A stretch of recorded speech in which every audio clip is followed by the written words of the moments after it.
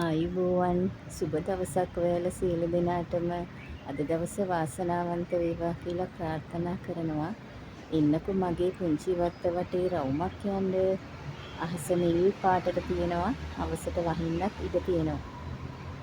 මේ බලන්නකෝ මගේ පැපොල් ගහ ලස්සන්ට ගෙඩි හැදිලා තියෙනවා. ඉතින් දැන් ඉදෙන්නත් ලං වේගෙන එනවා.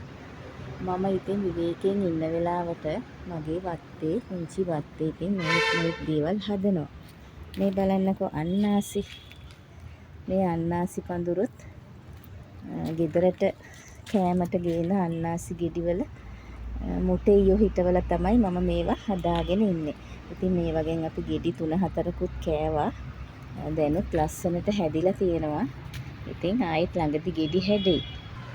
මේ බලන්නකෝ මම ඉඟුරුත් හදලා තියෙනවා. ඉඟුරු මෙතන විතරක් නෙමෙයි තව ඔය ඉඩ තියෙන තැන්වල හදනවා මම. මේ බලන්න කටුවනෝඩ ගහක්. මේක නම් තාම පොඩි. ඉතින් මෙයාගෙත් ටිකක් ලොකු වුණාම ගෙඩි හැදෙයි. ඉතින් මෙතනක් තියෙනවා අන්නාසි මොටෙයියෙක් හදලා ලොකු වෙලා.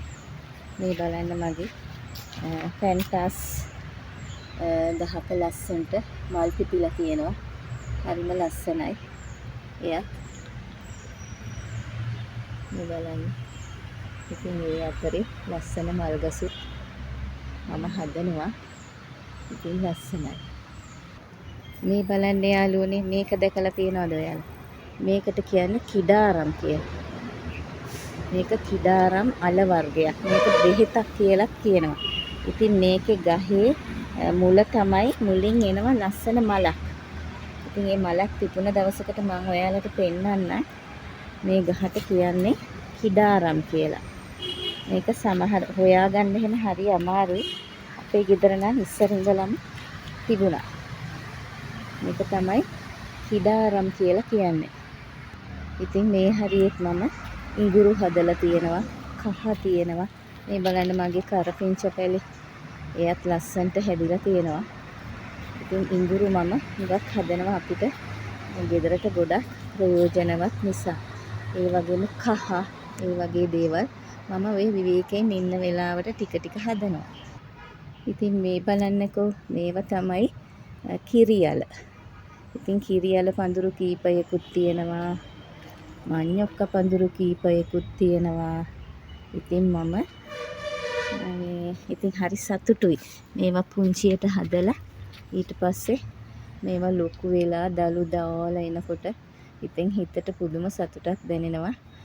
ඉතින් මම ඕවා තමයි කරන්නේ. මගේ විවේකයේ මම හොඳින් ගත කරන්න. බලන්නකෝ ලස්සන මලක් පිපිලා තියෙනවා. කුණ්ඩලු වර්ගයක්. ඉතින් මෙයත් හරිම ලස්සනයි. මේ බලන්නකෝ මගේ ලස්සන ඇන්තූරියම් එකක් පිපිලා තියෙනවා. වයි කලර් එකක් සුදු පාටයි කොළ පාටයි. ඉතින් මෙයා මේ දිගෑරෙන්නේ නැතුව තිබුණා. මම ඉතින් මොකද දිගෑරෙන්නේ කියලා බලනකොට මේ මෙතන අර මේ ජද ශුතිය කියලා කියන්නේ ඒකට හිර වෙලා අර පෙත්ත.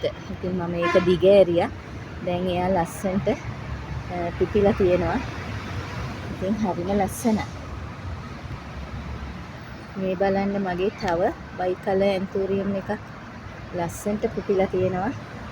ඉතින් එතනම මේ දිය කූඩලු ගහකුත් හැදිලා ඒකෙත් ලස්සනට මල් පිපිලා තියෙනවා. ඉතින් ඔයාලත් යාළුවනේ ඔයාලට විවේක තියෙන අවස්ථාවල නොඑක් දේවල් පුංචි පුංචි දේවල් හිතවන්න. ඒකෙන් හිතට හරිම සතුටක් ලැබෙනවා. අදට මම ගිහින් එන්නම්. ඔයාලා සියලු දෙනාටම දනදා සමිඳු පිහිට ලැබේවා.